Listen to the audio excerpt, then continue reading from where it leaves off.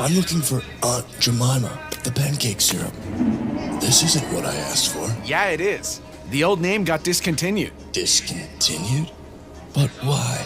I don't know. People thought it was kind of racist, I guess. People were being racist to Aunt Jemima? What? No. Aunt Jemima's not a real person. It's just like an idea, like Uncle Ben's rice. You just can't have an old black person on food products for some reason. It's racist. So, where did Uncle Ben and Aunt Jemima go? They didn't go anywhere. They don't exist. What do you mean they don't exist? Of course they do. That's like saying you and I don't exist and all of this is fake.